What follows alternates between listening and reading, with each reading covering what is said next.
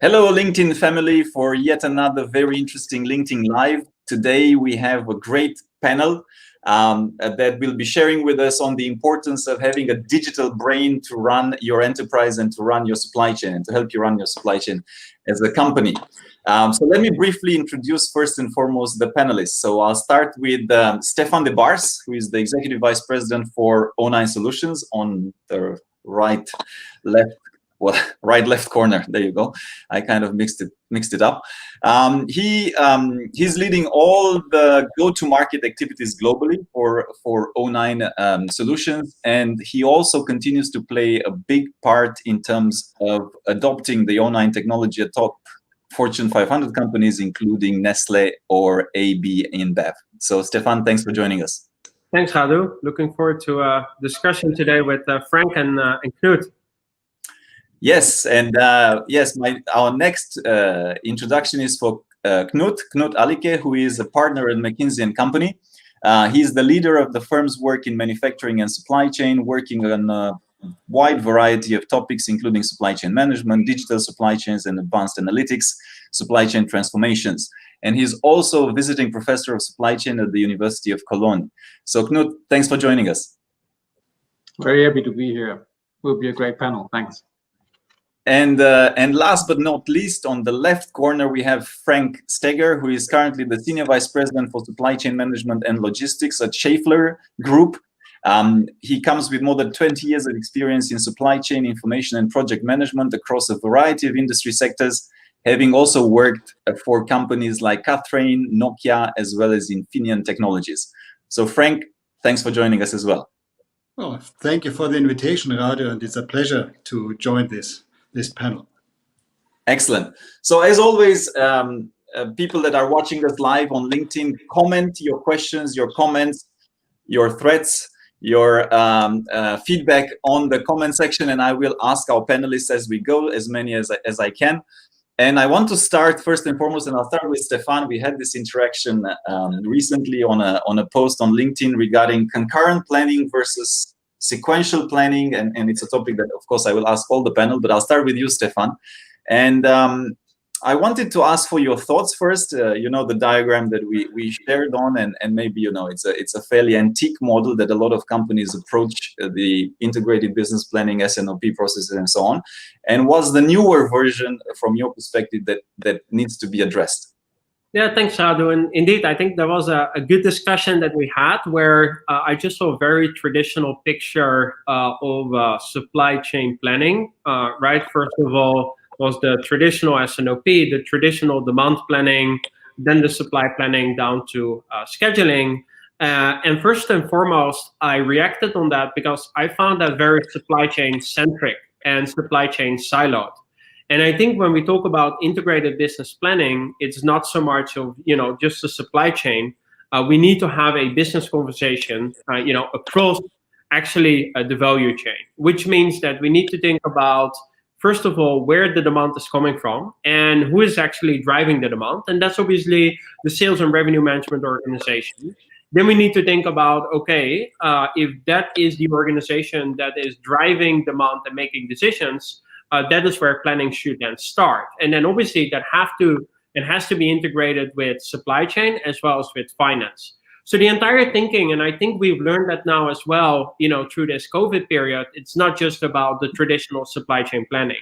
It's about the ability to connect with the leading indicators of demand with, data that is educating us on what's happening on the supply side, but also, data that is coming from different data sources.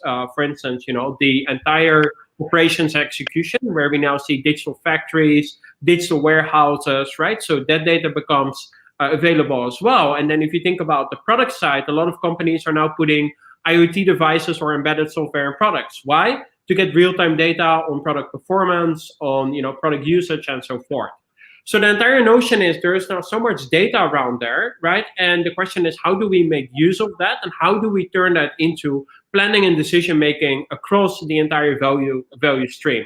And I think, and I hope to have a very good conversation today with Frank and Knut about that. And how do we move from the very traditional sort of siloed, supply chain thinking of planning towards really integrated business planning, where we are now starting to connecting the dots on the market side, on the supply side, on the product side, and on the execution side to drive, decision making across functions. So yeah, that would be my point of view, and would love to hear from Frank and Knut how they think about that, and maybe that's a good start of the panel, Radu. So thanks for that question. Yep, and Frank, maybe you want to add from a manufacturer. Well, first of all, Stephan, there's nothing wrong about what you just said. Yes, maybe S&OP planning is at the moment an supply chains focused story. But on the other hand side, this also gives somehow a structure to the people, a structure to work in. And bring the supply chain planning as such is already a complex field. You're aware of this. Bringing now in, indeed, people from sales, well, no doubt about this, because the forecast is coming from them. So we have to involve them. Bringing in also the production sides in respect to capacity and then suppliers, no doubt about this. But bringing also then in our strategy friends, our financial friends, our whoever, HR people, and so forth and so forth. The process becomes complex and complex and complex. Yes, you can then better react on the different information and triggers out of these functions. But the question is, how do you properly handle this complexity? And I think this is at the moment hindering us from moving into that direction, because on the one hand side, people fear the complexity. And on the other hand side, do we have the means to control this complexity?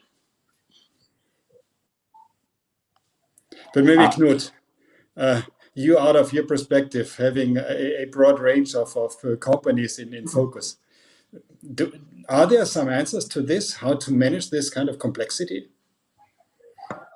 So it's a very good question, and we could probably discuss forever about it.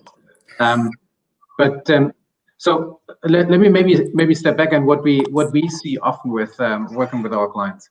When we start to help them in improving their performance, there's always the question: do you have something like an S&OP or IBP or integrated planning process? And everyone says yes, sure, we have. Look, we have our demand review meeting and we have our supply review meeting. And then you kind of sit in the demand review meeting, and often you think, oh, that's interesting, but there's no decision taken, right? There's no discussion on numbers. So the process, it feels like often a kind of a standard process was taken and just implemented, but there's no action, there's no decisions. Often even the capabilities of the people are not where they should be, right? So this whole notion of integrated planning, which basically means, as Stephan said, hey, let's take the demand figures. Let's kind of calculate them through the value chain. Let's understand what we can make. Let's play that back. Let's understand the gaps that we have. Let's decide on the gaps. Let's allocate. Let's prioritize. And then let's implement these decisions, these monthly decisions, into something where we then kind of check in on a weekly and on a daily basis. This whole orchestration is something that is often not implemented to the end, right? So I would agree with Frank that let's not take everyone into this, right? But even if we implement the core, from commercial to supply chain to manufacturing to sourcing to purchasing, that helps already a lot, right? And what is super important is clearly to have this understanding, to have the mindset, to have the capabilities, to have the infrastructure, right? And we are talking about 09, for example, but then also to make sure that we have the right governance in place, right? So we need to make sure that the inflection points of this end-to-end planning processes are decision meetings, right? Not reporting meetings where we talk about KPIs and so on. What you often even see is that there is senior management is in the demand review, reviewing the forecast and changing the forecast. That will never work, because there's no way that you can check the availability, capacity, and so on and so on. So all of this needs to be orchestrated in a. Yeah, maybe to add to that, and maybe that's a good starting point, that demand review meeting. So what we are seeing, for instance, in the Frank, in the auto supplier industry, right? So for everyone that is dialing in and doesn't know Schaeffler, right? Google them, but they're a very large supplier to the automotive, amongst others, right? But across the industries, what we are seeing, we are sitting in the demand review meeting, to Knut's point, and then what's being discussed is a forecast that's been generated, right, by the demand planning team. And what have they been using to generate that forecast is the historical sales, right, with some basic step models, and then say, okay, this should be the number, and then to Knut's point, then there will be some adjustments. But if you think about what's happening in the market, right, obviously there is a forecast coming from the OEMs, right? There is a lot of market data out there in terms of data that's residing in, for instance, an IHS database. How many BMW 3 Series is BMW going to produce in which plants and when? But then obviously there are macroeconomic trends, right, in terms of economic growth and interest rates and all that kind of good stuff. So how do we actually then triangulate, right, all those different data sources into maybe a different set of demand scenarios and say, okay, you could be a pessimistic scenario, most likely demand scenario, and a very optimistic demand scenario. Now, here are the risks and opportunities, here are the assumptions. But by the way, what I also want to understand, can my supply chain actually satisfy this? So where will I run into constraints? And if I run into constraints, then maybe I need to add some flex capacity in manufacturing side, maybe I need to go to an alternate source and so forth. And that is really the problem today, that we are not bringing that together in a meeting where we can then actually drive decisions. And I think that is where we are excited about. It's now actually technology has finally evolved to a certain point where we can actually bring that together and then allow for that kind of scenario planning and decision-making meeting, rather than just looking at the number that's being created by a fairly inaccurate step model in what we are observing in the market. Well, Stephan, a lot of questions, a lot of input. So let's try to sort it out properly. So on the one hand side, yes, you named it. It's about collecting the forecast and getting the different triggers, how our market will evolve from our forecast signals we receive from our customers, on the other hand side from the market, on the other hand side, whatever data sources you have. And I think, Stephan, you might have the better answer how to combine this. But first of all, let's assume we have some kind of magic, which is combining this to a proper forecast. Then there are the people who have to derive, what does this mean? What are the conclusions out of this? And then I will come back to Knut's point about decision-making. First of all, if you have to go for decision-making, or we want to go for decision-making, what is the target to optimize it? And if you don't spell out this target properly, we run into problems. And now going back to the very first question about the different functions being in such a decision meeting, we have also particular interests. The one is looking after the customer. I don't want to dissatisfy, or I want to excite him, whatsoever. The other looking on finance. The next looking on inventories and flexibility. So how distinct are the companies in formulating their targets against which we have to optimize our planning? And I don't have a doubt that we have the experts in our organization who can then make the best out of it and prepare scenarios for decision making in the demand meeting. But it's always what I see, besides the forecasting accuracy and about the different interests in the input data, it's also about the different inputs on what is our optimization target. And there, once again, it's really about being distinct. What do we want to achieve together? What is more important, and what do we put back if you cannot fulfill all targets, which is normally the case? Let me quickly comment on this, Frank. You have been a professor. I'm still teaching, so we love our numbers, right? We love our models. And it's very easy to say that, hey, if we align on the objectives, then we just come up with this fancy optimization model, and we calculate everything, and then we have the proven optimal solution. Unfortunately, in reality, that never works. No. And in my understanding, it's even if we don't have a perfectly aligned set of objectives and incentives and everything, it helps to have people talking to each other, right? And this is kind of, for me, the core of a well-orchestrated SNOP meeting or IBP meeting, that hey, we talk about here we have an issue, here we have an issue, and this is the possible solution, and then we together agree, right? So if we kind of need to prioritize one customer over the other, if we need to prioritize one product over another, then we together agree, and yes, we sign it, and then we implement it. Whether this is perfectly in line with our objective, kind of probably second level of order, but we need to kind of find a common solution, right? And this is kind of what is super important. And then what Stephan also said, scenarios are super important. A lot of our clients are not looking into scenarios. There is one scenario, and the SNOP meeting then decides: do we believe in this scenario? Yes or yes? Because no is not possible because we don't have something else, right? So here we need to kind of also prepare for differentiated view.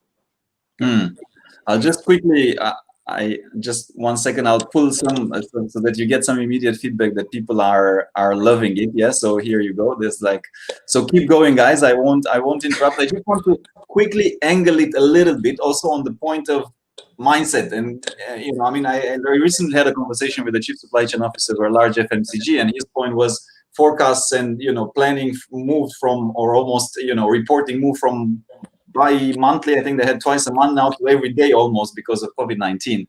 And he was almost of the perspective that forecasts can be thrown out of the window, but forecasting as a process is important. But that flexibility of mindset of people in the team is crucial. But the question is, how do you inculcate that in teams and in people that have been used to a certain way of doing things? So I just want to also throw that to you. Yeah, I think on the forecasting, right, I would respectfully disagree with the comment, and it also differs by industry, right? So if you think about, the industry that Frank is in, right, he has certain components that have, 4, 5, 6 months lead time. So, the importance of a forecast obviously becomes very important, when the lead times, become longer and longer. But I think the point is, Radu, is that, decision making, right, is not effective if we are following this very traditional monthly process, right? Where we first do the demand, then we do the supply, we bring it together, and at the 30th of every month, we're trying to make a decision. Well, the world obviously has changed by then, right? So I think what's very important is that we synchronize planning cycles, right? And that we also know what are the kind of decisions that I want to make, on a daily basis, on a weekly basis, on a bi-weekly basis, and a monthly basis. And I think that is where, we need to think of, how to bring that together, those planning cycles across time horizons. Which decisions do I want to make, and which data points do I take into consideration, in every single planning cycle? Because if I'm planning for the next 2 weeks, right, it's all about short-term disruptions in supply, in shipments, in inventory, and demand. Well, in the longer term time horizon, it's all about getting to a much more accurate forecast, and then doing the capacity allocation, and obviously for long lead time components, making sure that those are pipelined correctly. So again, different decisions across time horizons. I think it's about making sure that again, we bring in the relevant data and allow the organization to make decisions based on that, depending on the decision horizon. But maybe Frank, you have a different perspective on that. Well, not really different, but I would like to add some comments and to give some flavor to it. Well, indeed, it's about different planning horizons. As you stated it rightly, if you look at the next 2 weeks, it's about reacting what you have in place and where they have disruptions. But we have to also be precise on, okay, when do we switch from planning into scheduling? Or do we also take this border here of our processes? And then you have also the midterm to the long-term planning. And coming back to the question about whom to involve, it's also dependent on whom to involve in which phase of this. But on the other hand side, and there's a big but, is you also have to give the people a certain structure. Now going away from this 4-week cycle, or people, maybe other companies do it on a quarterly basis, whatever, and going into an everyday changing concurrent situation where the 1 second is different with the other, and you're just running behind the incidents, this also doesn't help. So give the people a certain structure on the one hand side, But also on the other hand side, bring the people in, or give decision power, empower the people to take certain decisions. So you cannot call a demand review meeting with the board or whomever you want to invite on a daily basis because you have disruptions. And then, Knut reacted properly on my thing about, we have to have distinct target and then certain objectives. You will always have the problem that you do not meet your objectives 100%. It would be a perfect world. Well, you never achieve this. But it's then about empowering people to take decisions. You have the synchronization point maybe depends on your business, on a monthly base with the board, on a bi-weekly base with the next level, and then on a daily base, it's just with the people to take the decisions. And you believe in the people to take the right decisions. And then you can go into such an concurrent and ever-changing, high-frequent planning situation. If you don't have these preconditions, you will screw up the organization. Maybe to also further comment on what happened during COVID, right? So we asked our head of supply chain, what will change going forward, and what did you do? And half of them said that, look, our planning processes and system and so on work well. We just kind of work from home. Everything was fine. And the other half said, hey, look, in brackets, so to say, we work with Excel. And that is a little bit of a challenge, right? There's no way that we can be fast. Going forward, there is a lot of people who said that, hey, we will clearly increase our frequency. We will increase the frequency of our plans and our S&OP meeting, so from monthly to weekly or to every second week. But we need to have this agility in place, and this is quite interesting, right? And this kind of clearly points towards what we discussed earlier. We need to understand scenarios. We need to understand also 80-20 decisions. We don't need to get it right to the last decimal. It's perfectly fine to the direction. So this is clearly something that will change. Now, to Frank's point on do we need to have real time decision making? That everyone talks about this, right? So kind of the autonomous supply chain and on. Clearly, that's not yet possible. But the more, let's say, the more insights we have, clearly the better the decisions are if we have a proper process, and we can concentrate on the exceptions, because there might be 95% of the updates where we have small changes, and that is perfectly fine. We don't need to discuss this. It's just implemented, and we are just reacting to it. And we have the buffers in place to take out the volatility and have a smooth demand and so on. But then there are exceptions. We need to identify those exceptions. We need to discuss those, right? And this is where I think the whole topic of more transparency will be super important. Well, Knut, agreed. Well, I also want to have a supply chain which is, let's say, 80% of the cases is just done by standard. You don't have to think about it. And the 20%, you spend your brain power on the true exceptions and on making the customer excited and not just satisfy the customers. But on the other hand side, I also see, Stephan, the problem here, or let's take it as a challenge. Mm-hmm. That we have systems which incorporate more and more data, which have artificial intelligence, which do number crunching on the next level. And the question is, does the system at the end of the day control us, or do we still control the system? Okay, this is a great question. So here's my point of view, Frank, on that. First of all, you control the system. And why is that? Because you control the governance structure. And I think this is a big change in planning, that who is controlling the planning policies. So let me give you this example. If you look into prioritization of your demand, you could say, okay, do that based on the demand side, right? So committed order has a higher priority than a committed forecast. I can do that based on item. A strategic component has a higher priority than C1. And I can also look into my customers and say, okay, those OEMs, have a higher priority than certain others.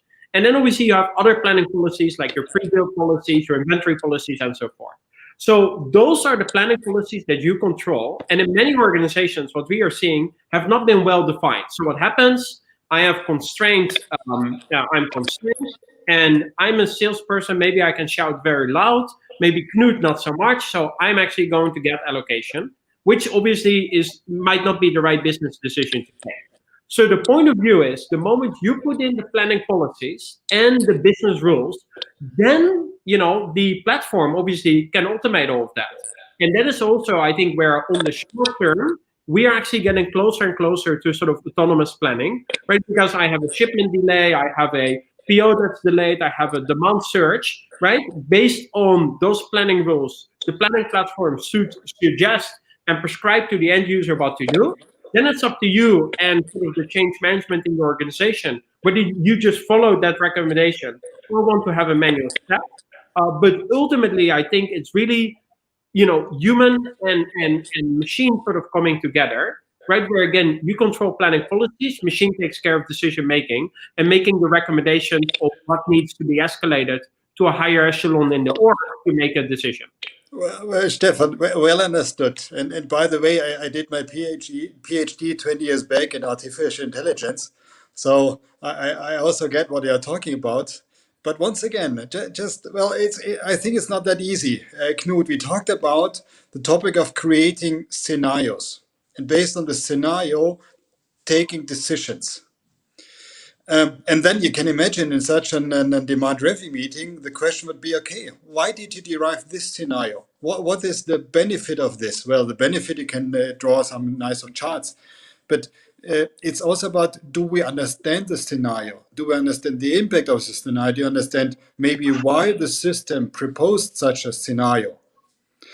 And then if you don't have the right answers to this, I think, or have at least the fear that the demand review meeting won't accept your recommendations and will again overrule everything. As we said in the beginning, they overrule the forecast. Maybe now they overrule the scenarios and your recommendation, because they say, well, I don't know what the machine did here. But maybe, yeah. Knut, you have a different opinion here, hopefully. No, I don't have it. You're absolutely right.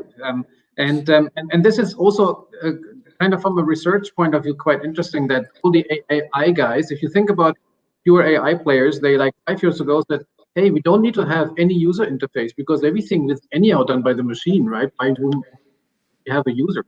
And now they're looking into explainability, right? And this is exactly what you mean. Right?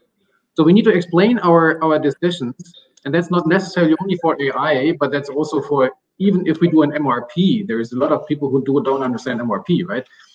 So we need to kind of explain that. And this is what I meant earlier with capabilities. We need to build the capabilities. People need to understand trade, right? What happens if I increase this?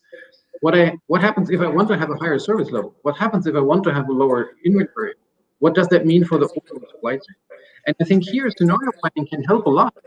Just think about that, all these people that do not yet fully understand, that you kind of build different scenarios and then kind of, and here clearly the IT infrastructure is important, right?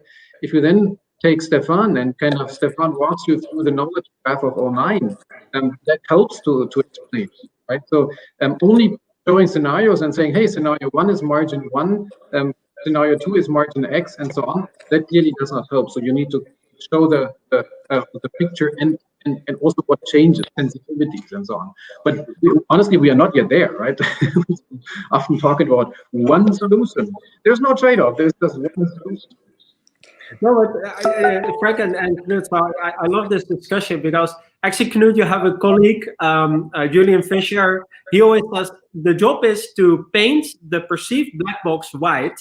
And I always tell him, no, we need to make it transparent, right? Because we need to see what's in that box. And I think that is very important, Frank. In those scenarios, to Knut's point, explainability. And we've done now a lot of tests on that. If you, let's say, give the sales organization, you say, okay, I give you guys a couple of the most important SKUs and the most important customers. And I'm just going to put on the graph the past 24 months of sales history. So what you see, right, it shows how crazy peaks and valleys. And then you ask that particular person, so if this is the history, right, how would you ever forecast the future? Because I see all this craziness in the numbers. And then they might remember the past 3 months. Oh, at that moment this happened, at that moment this happened.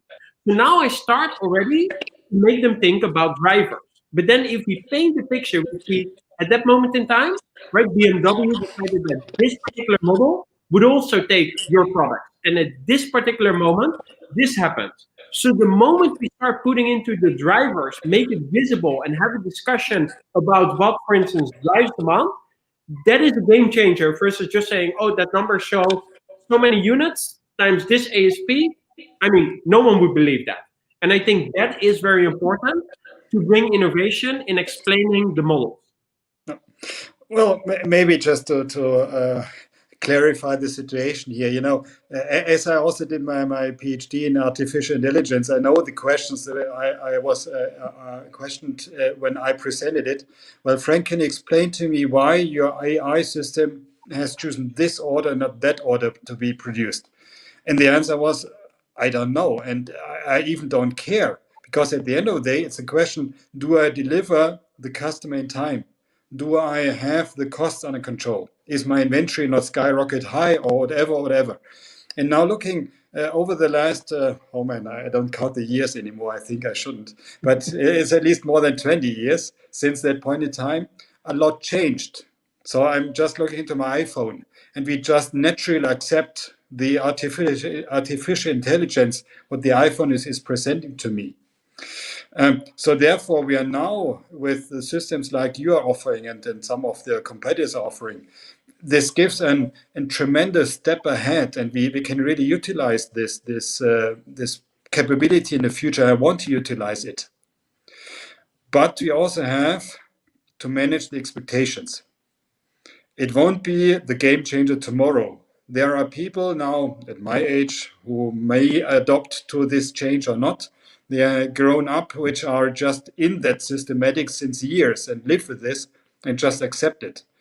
But it's really about, on the one hand side, manage the expectations and having a properly phase-in scenario over, not over days, but over years, how to enable step-by-step these functionalities, not to overwhelm the organization, and also to give people time to understand how it works, like what you said just in a moment. Yes, I can sit in front of the system as an expert and understand how the system reacts, but we have to bring it to the decision level, and that the decision level accepts this. And this is the trick about it. But also, in addition to this, we are now talking a lot about forecast methods and how to improve our forecasting and how to incorporate more and more our more data into the system, more perspectives. But at the end of the day, there's also the physical supply chain. And we have to do both. On the one hand side, improve the planning systematic, improve the forecasting systematic, but also with the new tools. I don't have 100% forecast accuracy. With the number crunching and the supercomputers, I can calculate my supply chain, but there are a lot of disruptions in my supply chain anyhow. So I have to also have a robust supply chain. So this has to go hand in hand. It's not neither nor, it's both. So just to remind you of the physics here, Stephan. No, not only on the bits and bytes.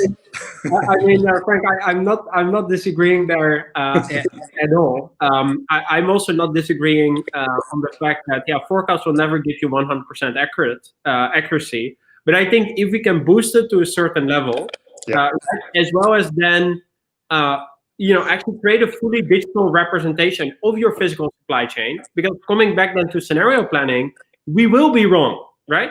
But then the question is, how fast can we respond? And then what is the most optimal response if we are wrong? And I think that comes down to sort of the agility in the response and in understanding the trade-offs that we need to make. Deal. Very good. Okay, but Knut, maybe. No, fully agree, you guys. Maybe one question from my side. So it's been my favorite topic over the last years, and I did not crack it. I always thought about marketing supply chain. So supply chain communication. How do we tell the story?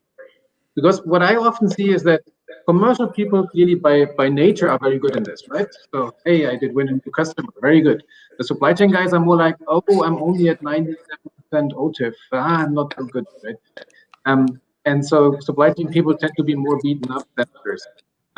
And when I have a discussion with my clients and ask them, hey, do you put aside some money to work on your story and to market yourself internally? Um, Everyone says no. And COVID now basically was a boost for that, because everyone now talks about availability, supply chain, logistics, and so on. And so what is your experience? How, maybe Frank, how do you tell the story to your bosses and also to adjacent functions that you want to convince that, hey, the stuff that I do is pretty much important, it's not just some number crunching? Well, Knut, I'm happy to answer the question, but allow me one comment. Stephan is a salesperson in the SCM environment, so I think he should better answer the question. But basically, yes, indeed. First of all, I think it's in the nature of the people running the show. The salespeople are salespeople because they like sales. They like to sell themselves. They like to sell the product. Supply chain management people are more, well, I wouldn't say the techie guys, but the people who always see that the glass is half full because they want to strive for optimum. Yeah? The salespeople are more the people where the glass is half full. And sorry, the STM are half empty. So they see it always this way because there's still room for improvement. We see this. So it's on the one hand side, it's in the nature of the people. And on the other hand side, it's also about, to my perspective and up to my experience out of the different companies, it's always a question, what is the culture of the company? Is the culture of a company, just take Schaeffler. Schaeffler is a company which understands technology, which understands themselves as innovation-driven products. In my last company, Katja and Ericsson, it's about, well, I want to serve the customer as flexible as possible, which was somehow a sales job. And the SCM guys were always trying to run behind. So it's always about also the culture of the company. But basically what we do, for example, at Schaeffler, we created, as a simple example, 8 supply chain axioms. Bringing supply chain management to every people in the company to make aware that everybody is part of the supply chain and everybody is contributing to the success of the supply chain, or at the end of the day, to the success of the company. And to make this transparent is, I think, one of the steps or one of the levers to communicate, to go more into a sales-driven, or no, I wouldn't say sales-driven, but to bring supply chain management to the right level inside the company. But Stefan, maybe as I said, you're the sales guy, so maybe you can give me some advice on this.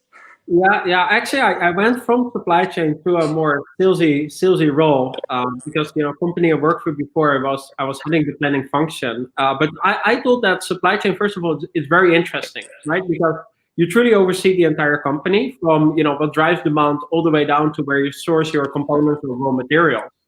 So I think the problem is that it's still sort of supply chain, and people see it as, oh, you're sort of shipping something and manufacturing something, but it's so much bigger than that. So I think really what supply chain professionals need to do, and Knut, I don't have the answer either, but to make it very cool, right? There is data science. Everyone thinks data science is cool. People go work for Google and Facebook and Uber, but actually the true data science problem where you can have a massive impact is in supply chain. So I think we need to make that much bigger. Then I think you truly oversee the entire value chain. So you need to be business savvy. You need to have a very good understanding of the construct of actually how you go from sourcing raw materials to an end product. And then what's very important, you need to be able to actually you're actually selling every day, right? You're talking to your suppliers, to the sales organization, to manufacturing side. So you need to be able to actually communicate well. And then there's program management associated with that as well. So honestly, I think it's the coolest space to be in, but we need to find a way to put that out there. So maybe we should launch an sales initiative for supply chain is very cool, and this is why it's cool. Stefan, I can support your words, and I just 6 months ago, when I left Ericsson, I said goodbye to everybody in this company because, as you said, I was, as supply chain management responsible, linked and to everybody in the company. Well, literally saying everybody. So it's a company spanning function. But I think this also makes it a little bit difficult to sell our position because we are also used to balance the different interests. and to make the best out of everything. While I wouldn't say that the PSAs guys are somehow narrow-minded, but they are just taking a product and making the product as the focus, and they just have to sell the single piece. But we have to come along with every different function in the organization, making it a little bit difficult to just sell one piece. It's about, and this is our benefit, and this is, I think, our contribution, to manage the right balance within a company and to serve the customer as best as possible, but which makes the storytelling difficult. Or maybe what we should do, every company should just, implement online, get the help of McKinsey. Everyone thinks McKinsey is cool. No one wants to work with Excel, want to work with the next generation platform. And when we meet professionals like Frank, how can this not be cool? That would be very cool, Radu. And use the global to place all the wonderful people that need to be changed in organizations to make the change. But on a serious note, I want to chip in a little bit on one, storytelling, to the wider topic of education. So when we had the last summit that we did virtually, I think there were 12, 13 panels, and I did ask the same question to all the panelists on all the panels, which was what skills are necessary in supply chain for the future and for chief supply chain officers. And the number one common across all was storytelling. So there is definitely a lack now, whether you call it marketing or storytelling or communication skills, whatever, right? But and in our work in terms of executive search, I see this over and over again. The ones that tend to be more successful are the ones that are very good in crafting the communication and the story and the message.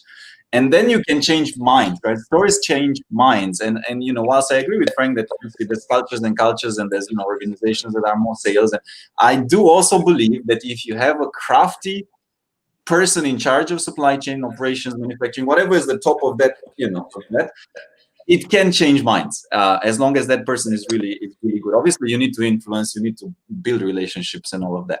Now, on the wider topic of education, right? Technology is there, and I want also to ask you all this question. Technology is there, there's online, there's other systems.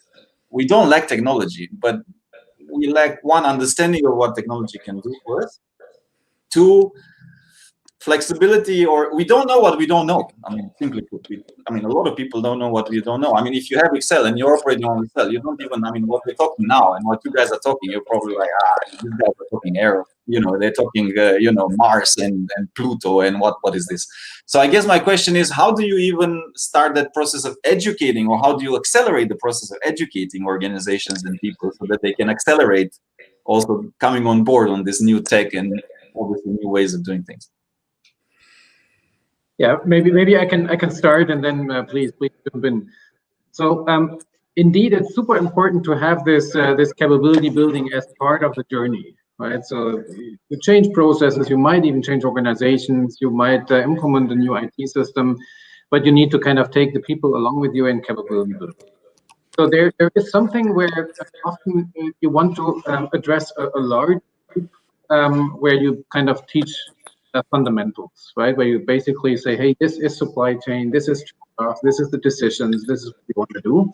But then you also need to kind of have it with a group to make sure that you build this piece, right? And here, what we often see, unfortunately, is that the learning part of HR is still pretty much focused on kind of clicking the box, right? So, hey, we have 1,000 modules on supply chain, and why don't we just kind of set up the curriculum? So you need to take the people with you. It needs to be interactive. It needs to be kind of partially digital after COVID, then again in person. It needs to relate to the job, right? So field and forum, where you kind of teach and then you work on something. You need to have coaching. So you need to have a full learning journey in place to take people along with, and have also successes, right? So they can apply the new capabilities, and with this are successful. In addition, what probably all of us do is to make sure that we also even teach before, right? So kind of teaching at universities, because it's so funny that at university you kind of have a lot of courses on operations research, right? And when I teach students, I tell them that it's interesting to find the 10th algorithm on lot size optimization. It's never used in practice because we even don't have the data. So let's make sure that we kind of all together teach practical supply chain, right? Same with lean. You cannot publish lean, and that's why it's not taught. Procurement was in the same camp like 10 years ago. It's better now. So let's make also sure that we teach them practical supply chain to build the new bench, so to say, of people joining who know supply chain, and then use a lot these adult learning technologies, right? So not only to say, hey, here we have 10 slides. No, you need to take the people along in the journey. Well, Knut, maybe to add one thing out of perspective here of Schaeffler, and maybe also what I practiced in the past in other companies. I think one important thing here is also to give, or put it this way, the company, or is Knut out? Didn't like my answer. Yes. So he knows what is coming. We have to react on the ever-changing market conditions. We have pressure on our costs. We have pressure on the process system, make them more and more efficient. On the other hand side, I also want to create an environment where you can also test drive certain things, where you can experience what does it mean to, for example, go into AI algorithms like O9 is offering and supporting. So to give them also some kind of playing ground on the one hand side, to understand more and more about this technology, and not just in the case now have to deliver against this target, because if you deliver against the targets, they always go the safe way. If you have some room to play around with modern technologies, it gives the people on the one hand side more confidence on testing it, and on the other hand side more confidence to apply this also then in real life for the difficult projects. And on the other hand side, we also compete for people here with O9, for example. We also need the AI guys, the number crunching guys, the data analysts. And therefore, it's also about creating the right environment for these people. And if you don't make, and we are back at the storytelling session, if you don't tell them a great story, what they can change in such a company like a Schaeffler, we are not going to recruit these people. And then we stay with, I wouldn't say the others or the traditional ones, but with people which are supporting our growth, yes, but then are lacking a certain expertise I definitely need in the future. No, I would agree with that, Frank. I mean, simply for especially new talent, joining the workforce, you simply cannot offer them a job where they're expected to make a download from a particular system, crunch the data in Excel, do tree analysis, put it on a PowerPoint and present it. I mean, people don't want to do that. So I really like actually what you mentioned, creating an environment in an organization where you run prototypes, you test it out, you accept that can fail, but then you want to learn from it, pivot, and then on to the next. I think creating that environment, I think, Frank, is fantastic, and I think it should definitely be a recommendation to a lot of organizations to do it like that. So it's very good. The other thing that I think is very important, and Frank, I think you mentioned that at the beginning, we need to answer the question, what's in for who? Right. So in supply chain, what's in for supply chain to do X, Y, Z, or for sales, or for procurement, so that we can actually start bringing the different functions together. Because especially if you think about people joining the workforce as well, they're not necessarily used to silos, right? They're very open to the world and trying to figure out how it works. So I think, I definitely concur with Frank, and I think that would also be my advice to organizations: try. And then learn very fast, and then sort of accelerate the journey. And your best advice, Stephan, and guys, I'll do this to a close because I know that some of you have some other things to do as well, all of you. And your best advice, Stephan, don't forget, have fun. Have fun. Yeah, hopefully we're having fun here, right? We definitely had. So I want to thank all of you. Very interesting discussion. I will let you. I actually didn't have much chance to ask you all the questions that came in because it was so lively, but I will tag you afterwards so that you can answer some of them offline. I want to thank you all. I want to encourage all the people that listen to this to connect to Stephan, Knut, Frank on LinkedIn. Follow them. They put out great content. And great conversation. Stay safe, stay healthy, and keep inspiring people. Okay. Awesome. Thanks, everyone. It's a pleasure. Thank you very much. Bye.